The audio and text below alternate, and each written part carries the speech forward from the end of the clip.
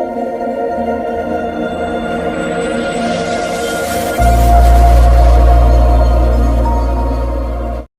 Dash B dash. A B का प्रतिबिंब ए dash B dash. ये कैसा प्रतिबिंब? काल्पनिक प्रतिबिंब।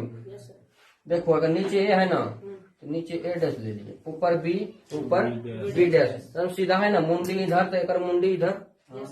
वस्तु की अपेक्षा बड़ा है कि छोटा है? बड़ा है। तो अगर अगर पूछा जाए कि यदि किसी वस्तु को अवतल दर्पण के फोकस और ध्रुव के बीच रखा जाए तो इस प्रकार बने प्रतिबिंब की स्थिति, प्रकृति एवं आकार बताएं। तो स्थिति इसका क्या होगा? 3 चीज हमको बताना होता है। 1 नंबर में स्थिति। स्थिति कहाँ बन रहा है प्रतिबिंब? दर्पण के पीछे। तो लिख देंगे स्थिति में दर्पण के पीछे। दर्पण के पीछे। ये किसका स्थिति बता रहे हैं? प्रतिबिंब का। हाँ, प्रतिबिंब का स्थिति बता रहे हैं। कहाँ बन रहा है? दर्पण के पीछे। हेडिंग में क्या लिखा रहा? तो अब इसको हटा दो, अभी नहीं चलेगा। अवतल दर्पण में बने कैसा है? वास्तविक है, उल्टा है, काल्पनिक है, सीधा है? क्या है? काल्पनिक या सीधा है? काल्पनिक या सीधा है? काल्पनिक या आभासी। काल्पनिक तथा दोनों भाषा कत्ती लिखेगा, बोर्ड पर जगह नहीं मिलेगा। काल्पनिक तथा सीधा। तो प्रकृति इसका क्या है? काल्पनिक तथा सीधा।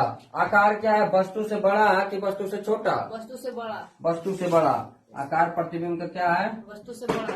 वस्तु से बड़ा। क्लियर? Yes sir. अगला है, किसी वस्तु को फोकस पर रखेंगे तो उस प्रतिबिंब का प्रकृति, स्थिति और आकार क्या होगा? चलो रखते हैं वस्तु को। किसी वस्तु को फोकस पर रखें तो प्रकाश का परावर्तन कराएंगे तो प्रतिबिंब बनेगा। तो नियम बताए थे ना कि 2 को प्रकाश किरण खींचना है। एगो फोकस से होकर गुजर जाए, एगो ध्रुव से गुजार दो या वक्रता केंद्र से गुजार दो, कहीं से भी गुजार दो, प्रतिबिंब बनेगा। तो एक प्रकाश की किरण को अगर समांतर दर्पण पर आपतित करावे तो डबल लाइन नहीं लेना है, समांतर आपतित कराए तो इसका परावर्तन किधर होगा? मुख्य फोकस से होकर। मुख्य फोकस से होकर परावर्तित होगा। Yes sir. अब की एक किरण और ध्रुव पर लाकर पटक दो तो जितना से आपतित हुआ उतने कौन से परावर्तित हो गया। अभी देखो इधर अगर खींचेंगे तो समांतर चल जाएगा, रेल के पटरी जैसा। एक अगर हम पीछे खींचेंगे कहीं नहीं कटेगा, ये कहीं नहीं कटेगा, इधर भी समांतर चल जाएगा। तो इसका प्रतिबिंब बना कहाँ? कहीं नहीं का अर्थ मतलब अनंत पर बना। इधर भी जाता तो इधर भी कहीं नहीं करता है, समांतर। इसका काल्पनिक रेखा पीछे खींचे तो प्रतिबिंब कहाँ? तो पते नहीं उधर करने के अनंत पर। यदि किसी वस्तु को अवतल दर्पण के मुख्य फोकस पर रखा जाए तो प्रतिबिंब की स्थिति कहाँ? प्रतिबिंब की स्थिति अनंत पर। प्रकृति कैसा? काल्पनिक। वास्तविक कैसा? वास्तविक। प्रतिबिंब वास्तविक तथा उल्टा। उल्टा। और आकार इतना बड़ा कि इधर कट ही नहीं रहा और ये तो समांतर चलने जाएगा। इधर जैसे बढ़ेगा जैसे बड़ा होते जाएगा, बड़ा होते जाएगा ना। बड़ा होते जाएगा तो प्रतिबिंब बड़का को बन रहा है। कितना बड़का को? तो बहुत बड़ा, देख नहीं सकते हैं। हाँ, उसको देख नहीं सकते, इतना बड़ा का आकार बहुत बड़ा वस्तु से बहुत बड़ा। समझ रहा है? जितना को वस्तु है प्रतिबिंब में अगर उल्टा बनेगा, लेकिन कहाँ बनेगा, कितना बड़ा बनेगा, इसको पते नहीं कर पाया अभी तक। बात आया समझ में? नहीं सर। नहीं समझ में आया? नहीं सर। धीरे ही रखो, ठीक है। अभ्यास करते रहो तो समझ में आ जाएगा। आएगा 5 दिन में 1 दिन तो क्या समझ में आएगा। अभ्यास करते रहो। करत करत अभ्यासते जड़मति होत सुजान और रफरी आवत जातते सिल पर पड़त निशान। अभ्यास करते रहेगा तो कोमल रस्सी से भी सिल कट जाएगा, पत्थर कट जाएगा। भरतराज का कहानी पढ़ा था ना 6ठा में, आप तो डिलीट कर दिया कहानी को। तो कहानी नहीं है, बहुत बढ़िया कहानी छापता था पहले किताब में, अब सब हटा दिया। हो गया? चलो अब अगला किसी वस्तु को केंद्र पर रखेंगे, फोकस और वक्रता केंद्र के बीच रखेंगे तो प्रतिबिंब कहाँ बनेगा, कैसा बनेगा? प्रकृति उसका क्या है? नेचर।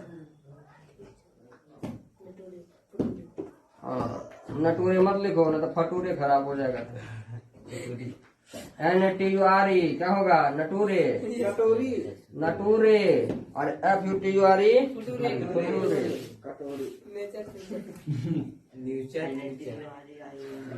हाँ, अगला वस्तु को कहाँ रखेंगे? वक्रता केंद्र और फोकस के बीच। तो रख दो वस्तु को रख दो। नाम दे दे वस्तु का, ये भी तो दे देते हैं। आपकी प्रकाश की किरण करने आपचित करावे प्रधान के समांतर। Yes sir. प्रतिबिंब बनाने का नियम यही है कि एगो समांतर खींच दो, याद रखना, नहीं तो दिक्कत हो जाएगा बनाने में। एगो समांतर, एगो फोकस से होकर या वक्रता के अंदर या ध्रुवकोणों में पटक दो, प्रतिबिंब बन जाएगा। एगो समांतर खींचो। समांतर प्रकाश के अंदर परावर्तित हुआ तो परावर्तन किधर से? फोकस से। फोकस से होकर गुजरेगा। Yes sir. गुजार दिए। अब की फोकस से होकर आपतित करा देते हैं। जब फोकस के दिशा में प्रकाश की किरण आपतित हो तो परावर्तन मुख्य अक्ष के समांतर, मुख्य अक्ष के समांतर। तो समांतर कर दो इसका।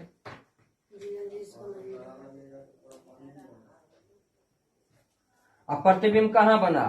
जहाँ पर किरण कटा। अब की कटा, इतना देर से उछल रही थी, अब की जाके कटा। तो इस पर एक रेखा खींचेंगे जो वस्तु है ना, वस्तु का मूड़ी उलट दो। एक मूड़ी ऊपर में था ना, एक हो गया नीचे, एक नाम A डैश, एक नाम B डैश।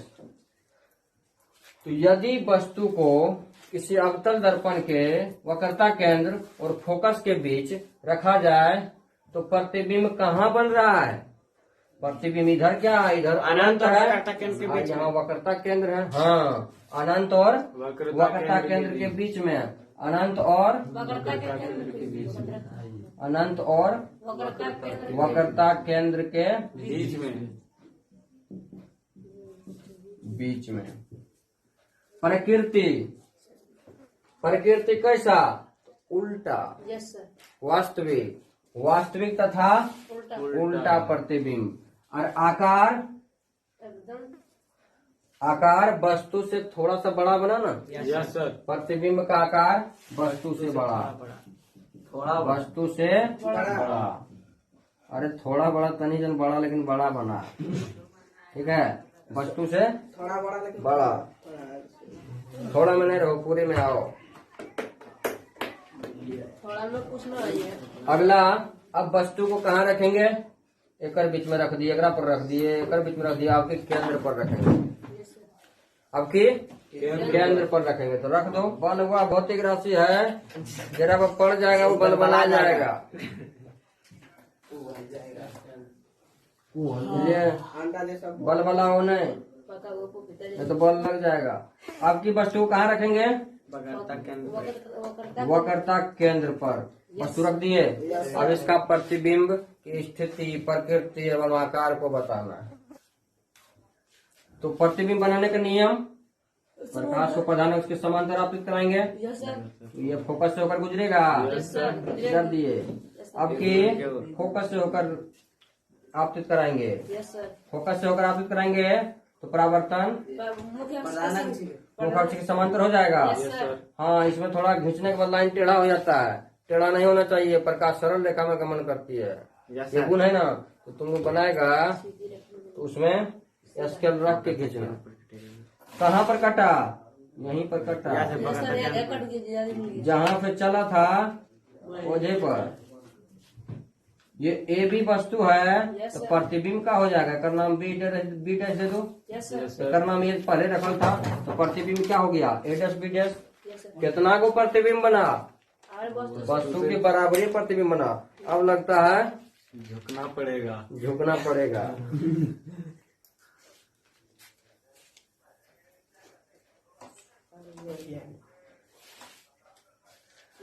तो यदि किसी वस्तु को अवतल दर्पण के वक्रता केंद्र पर रखा जाए तो वह उसका स्थिति क्या होगा, स्थिति वक्रता केंद्र पर। प्रतिबिंब कहाँ बन रहा है, कहाँ स्थित है, जहाँ पर स्थित है वह उसका स्थिति है। यस सर वक्रता केंद्र पर प्रतिबिंब कहाँ बनेगा, वक्रता केंद्र पर वक्रता केंद्र पर केंद्र पर।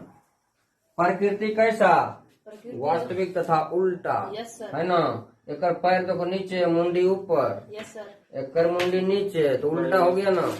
एकर पैर आसमान में है। चम्मच जैसा नहीं। हाँ, तो प्रतिबिंब का प्रकृति कैसा, वास्तविक तथा उल्टा। उल्टा। और आकार कैसा, बराबर समान वस्तु के बराबर प्रतिबिंब, वस्तु के बराबर प्रतिबिंब। चलो अगला, समझ में आया। यस सर हाँ समझ में तो आ गया। कहता हाँ सर समझ गए, हाँ सर समझ गए। और जब परीक्षा लेते हैं और सब नंबरवा कट जाता है तब करेजवा हमारा फट जाता है। कटना चाहिए टेस्ट में। टेस्ट में जब नंबर कटेगा ना तो हमारा करेजा फटता है फिकिर से, तो तुम्हारा हम फाड़ देंगे तलवार से, लेकिन फटेगा तुम्हारा भी। निकलेगा जादू जी का डंडा। इधर ज्यादा भी दिया है, बीच में कर हाँ तो क्या दिक्कत है, पोल दिए सर, पोल। पोल। हाँ इसका पोल खोलो पहले, जब तक इसका पोल नहीं खुलेगा कुछ पता नहीं चलेगा। कहाँ घूम रहा है? हाँ, आपकी वस्तु को वक्रता केंद्र तथा अनंत के बीच रखेंगे। यस सर आपके कहाँ झंडा गाड़ेंगे, वक्रता केंद्र तथा अनंत के बीच। एकर प्रतिबिंब देखो कहाँ बनता है, एगो पहले से बनता है। पहले समांतर लाइन, यस सर फिर कने से गुजरेगा, फोकस से गुजरेगा। आपके एगो फोकस से जाएगा यस सर। तो प्रधान अक्ष के सब बराबर समांतर। समांतर हो जाएगा। Yes sir. कहाँ कटा, नहीं कटेगा। यहाँ कटा, नहीं कटेगा। वक्रता के दिख ना रहा फोकस के है। बीच में। यहाँ कटा ना, तो प्रतिबिंब यहाँ बनाए। प्रतिबिंब का नाम ए बी, बिंब का नाम ए बी, तो प्रतिबिंब का नाम ए डैश बी डैश। डैश। मुंडी नीचे हो गया का नाम ए डैश बी डैश। डैश। मुंडी नीचे हो गया ना। कैसा प्रतिबिंब, एकदम उल्टा प्रतिबिंब। कहाँ बना, वक्रता केंद्र पर। फोकस के बीच में। Yes sir. तो प्रतिबिंब का स्थिति कहाँ, वक्रता केंद्र फोकस फोकस के बीच। तथा फोकस फोकस के बीच, फोकस के बीच। बीच। प्रकृति कैसा, प्रकृति वास्तविक तथा उल्टा। कैसा प्रकृति, वास्तविक तथा उल्टा। उल्टा। और आकार वस्तु से बड़ा छोटा। छोटा। वस्तु से बड़ा। यहाँ पर कैसे बराबर उन्होंने लिखा था। नहीं लिखे थे। अच्छा उसमें बराबर, यहाँ पर जब वस्तु को रखे थे ना यस ये सर। भूल गए थे बराबर लिखना।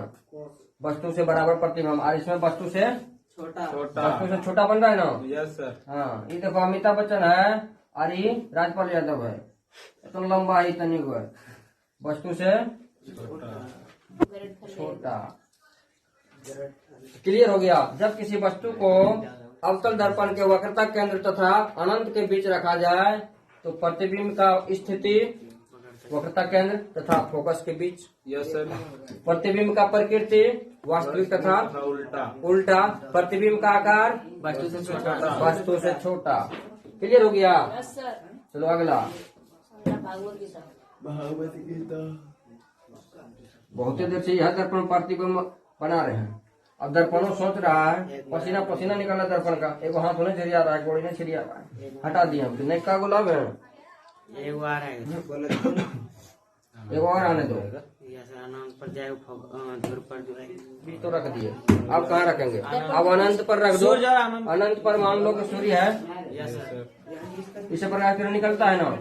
यहाँ से क्या होगा कि समांतर प्रकाश की किरण आएगा, यस सर। आपतित हुआ तो परावर्तित करने हो जाएगा।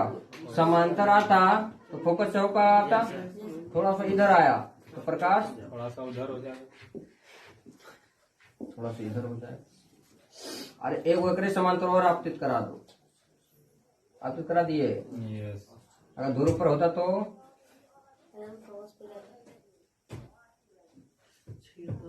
है ना, तो इसका प्रतिबिंब कहाँ बन रहा है?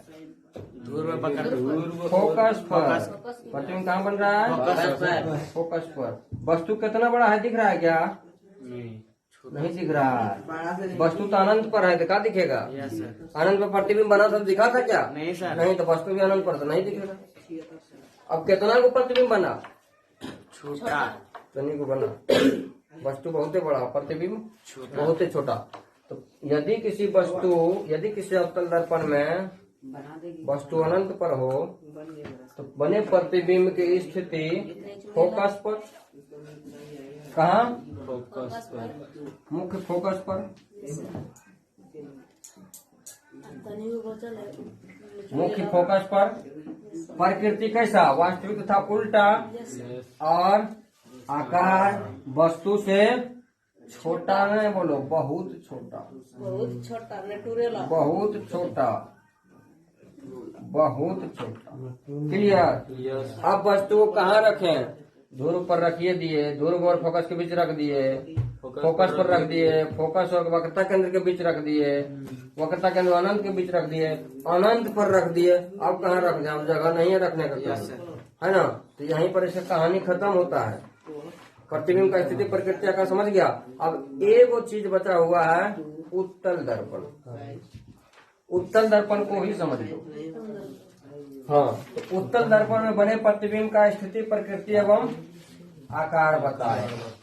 इसको डिलीट कर दें। जी। उत्तम और उत्तम अरे उतना बड़ा नहीं है ये नीतीश में। उत्तल दर्पण आपकी अवतल का हो गया पूरा। यस। अब उत्तल दर्पण में बने प्रतिबिंब का स्थिति प्रकृति एवं आकार। ओह, उत्तर हो गया। उत्तल दर्पण में बने प्रतिबिंब की स्थिति प्रकृति एवं आकार।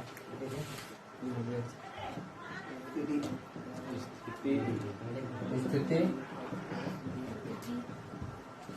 प्रकृति एवं आकार। आकार। तो उत्तल दर्पण बनाएंगे। तो उत्तल दर्पण में ज्यादा कुछ नहीं है, बस वस्तु का प्रतिबिंब एक को बनेगा, एक ही तरह बनेगा। हाँ, अब कैसे बनेगा? बस 2 मिनट सब्र करो, 2 मिनट बर्दाश्त करो, सब आ जाएगा। एक्स वाई मान लो उत्तल दर्पण है। Yes sir. उत्तल दर्पण है और ये क्या है? रेखाखंड। ये रेखाखंड है।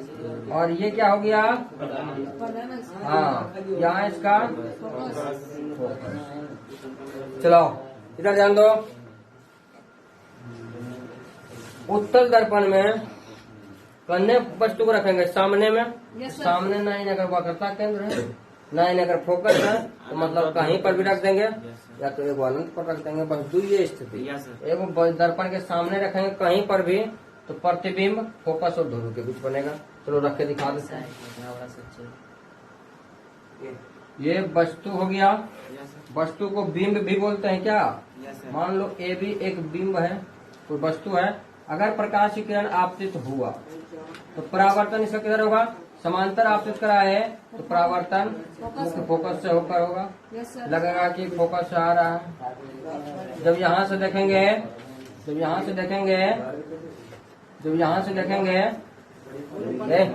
पकड़ के पूछ देंगे, चुप नहीं रह सकता है, फालतू का गप करता है। इधर ध्यान दो, इधर देख के बोलो जो बोलना। अगर वस्तु को यहाँ से देखेंगे, वस्तु को देखेंगे, किरण को देखेंगे, यहाँ से किरण को देखेंगे, आ रहा है यहाँ से, लगेगा आ रहा है यहाँ से। पिछले क्लास में हो गया था, ठीक है। अब की कहाँ से आपतित करावे? तो वो केंद्र की दिशा में आपतित करा देते हैं। केंद्र की दिशा में, ये केंद्र की दिशा में आपतित हो गया। स्केल धर के बढ़िया से बनाएगा।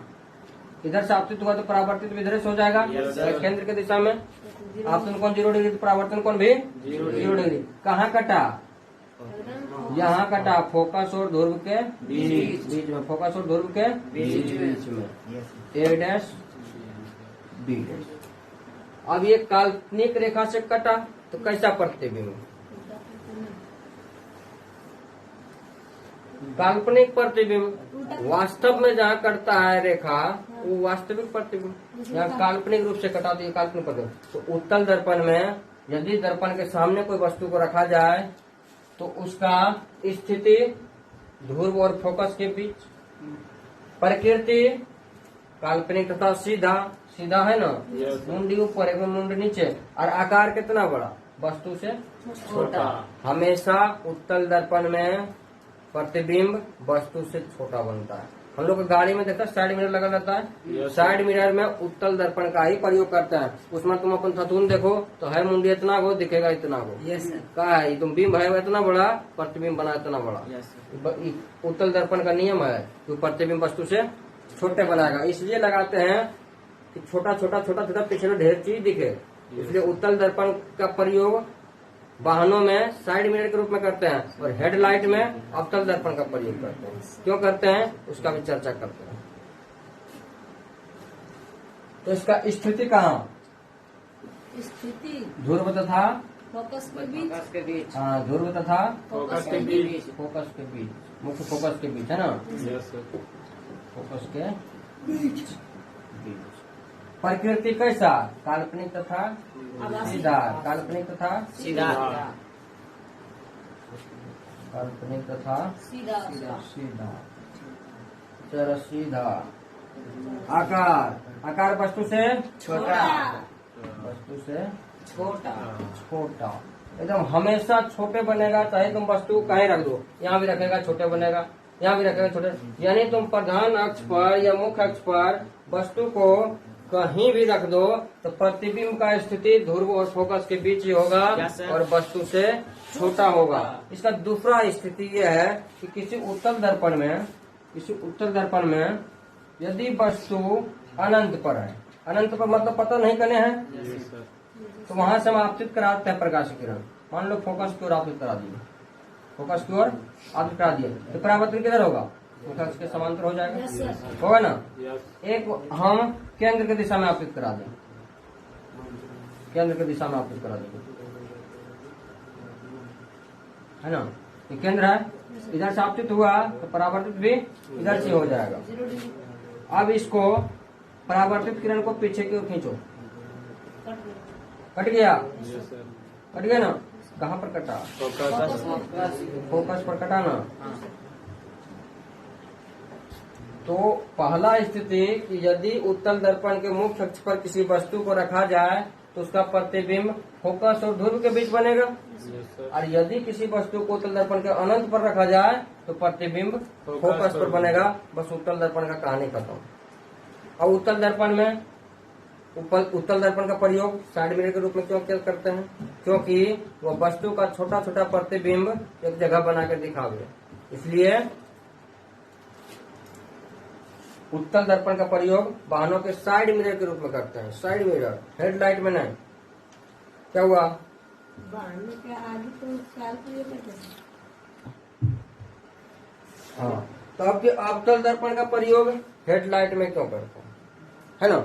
अब पहले टॉर्च भी जो आता था अवतल दर्पण लाता था, यस सर। अब उत्तल लेंस वाला आता है। पहले दर्पण अंदर में कटोरी जैसे रहता था, हाँ।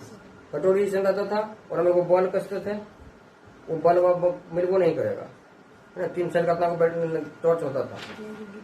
हाँ, तो अब देखो, अब उसको हटा करके लेंस का प्रयोग कर दिया। अवतल दर्पण का जो काम है वह उत्तल लेंस का काम है। अगले चैप्टर में पढ़ेंगे प्रकाश का अपवर्तन। तो अवतल दर्पण का प्रयोग हेडलाइट में क्यों करते हैं? ये अवतल दर्पण है, ये ध्रुव है। दर्पण के मध्य बिंदु को दर्पण का ध्रुव कहते हैं। और दुगुना है। यहाँ एफ ले लेते हैं, यहाँ सी ले लेते हैं। क्लियर। अब देखो क्या होगा कि अगर हम बल्ब को यहाँ फिट कर दें, जब भी बल्ब को फिट करते हैं उसमें तो बल्ब दर्पण के मुख्य फोकस पर होना चाहिए। अगर मुख्य फोकस से एक आगे पीछे हुआ ना तो लाइट का जो बीच में काला हो जाएगा और साइड में दिखेगा।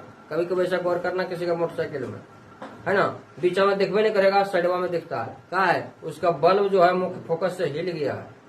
बल्ब मुख्य फोकस पर होना चाहिए। क्यों होना चाहिए? क्योंकि बल्ब यहाँ से प्रकाश उत्सर्जन हो रहा है, प्रकाश उत्सर्जन होगा तो टकराएगा, टकराएगा ना, ढेर सारा प्रकाश किरण यहाँ से टकराएगा। अब टकराएगा, ये तो जल रहा था आगे जब करेगा, अब ये समांतर हो गया, मुख्य अक्ष के समांतर। यही कहते प्रकाश का परावर्तन। इसमें अवतल में अगर प्रकाश की किरण मुख्य अक्ष से होकर जाए, मुख्य अक्ष से होकर जाए तो वह परावर्तन के बाद प्रधान अक्ष के समांतर हो जाता है। अब समांतर हो जाता है तो इधर एकदम चकाचक दिखता है। और ये प्रकाश किरण को अगर इधर परावर्तित नहीं किया जाए तो बहुत दूर तक लाइट नहीं जाएगा। इसलिए अवतल दर्पण का प्रयोग हेडलाइट में करते हैं ताकि वो प्रकाश की किरण को समांतर करे, प्रकाश किरण को समांतर करे। और साइड मिरर में क्यों प्रयोग करते हैं? क्योंकि वस्तु का प्रतिबिंब छोटा बने तो पीछे का ढेर सारा वस्तु बड़का को ट्रक हमारे एनिमे में दिख जाए। और अवतल लगा दें तो ट्रक को पीछे दिखबे नहीं करेगा। इतना वो ट्रक आ रहा है तो अवतल में इतना वो दिखेगा। जगह खत्म हो गया सब। और उत्तल में क्या होगा? एक ट्रक आ रहा है, बड़का को ट्रक बहुत छोटा को दिखा दिया। मोटरसाइकिल तो नहीं गुजर रहा है हरिया कट मार के तो बहुत दिखा दिया। अवतल दर्पण का एक प्रयोग और है डॉक्टर द्वारा नाक, मुंह, कान इत्यादि देखने के लिए। यहाँ पर लगल रहेगा क्योंकि नाक पर देखा वो प्रकाश किरण पड़ा होगा पर तो वहां जाके अभिसारित हो गया एक बिंदु पर तो उसको देखने में आसान होता है ना। तो ये अवतल दर्पण का प्रयोग है। क्लियर? अब एक टॉपिक और है चिन्ह परिपाटी। चिन्ह परिपाटी को भी समझ लेते हैं, उसके बाद अगले वीडियो में, अगले क्लास में बस दो ही चीज रह जाएगा, दर्पण सूत्र और वक्रता त्रिज्या फोकस दूरी का दुगना होता है या फोकस दूरी वक्रता त्रिज्या की आधी होती है। इसको मिटा दें। अब चिन्ह परिपाटी को समझते हैं।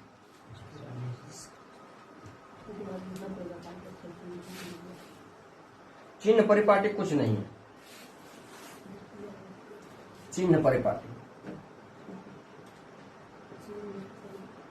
चिन्ह परिपाटी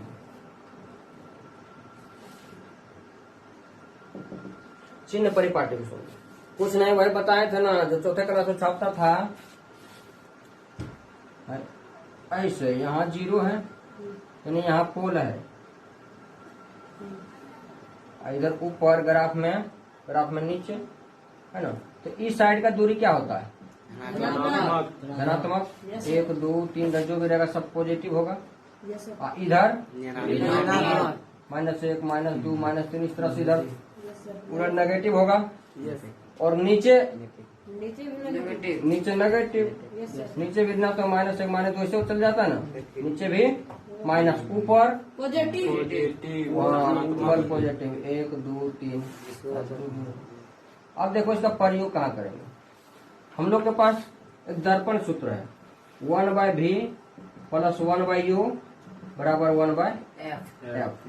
1/v + 1/u बराबर 1/f। ये v क्या है, u क्या है, f क्या है, विस्तार से अगले क्लास में जानेंगे। तत्काल जान लो ये प्रतिबिंब का दूरी है, ये वस्तु का दूरी है और ये फोकस दूरी है। फोकस दूरी से आपसे क्या जाता है पीछे भी बता दिए थे। अब मान लो कि कोई दर्पण है, एक पर अगर कोई दर्पण बना दे, चलो यहाँ बना देते हैं कोई दर्पण। ये ध्रुव मतलब यहाँ 0। अब प्रति वस्तु हमेशा ऋणात्मक होता है।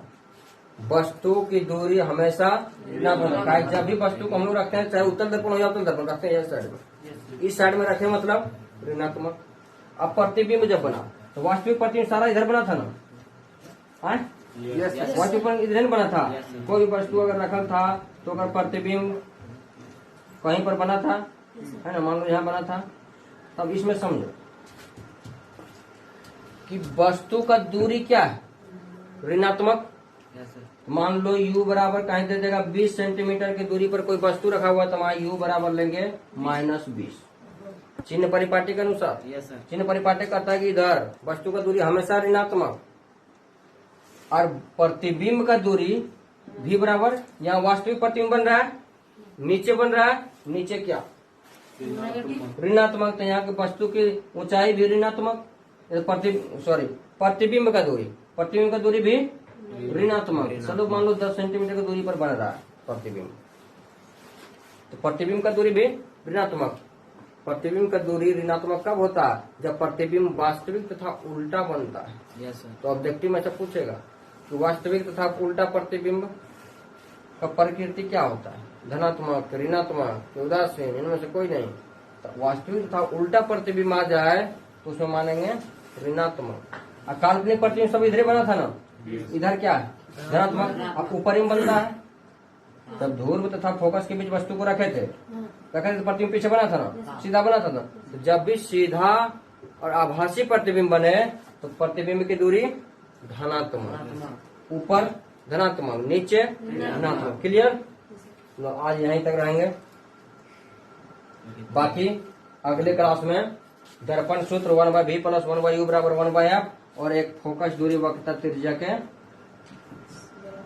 आदि f = r/2। ये दोनों को सत्यापित करेंगे। उसके बाद प्रकाश का परावर्तन से कुछ न्यूमेरिकल्स बनाएंगे, आंकिक प्रश्न। उसके बाद प्रकाश का परावर्तन खत्म होता है। लिख लो, आराम आराम से निकालना, पीछे से धक्का मुक्की बिल्कुल नहीं करना, ठीक है? हाँ, और आप लोग के लिए एक बात, अगल बगल कोई है ना, कान में हेडफोन लगाए है ना, और वीडियो पसंद आया हो तो देश में कोरोना की तरह फैला दीजिए।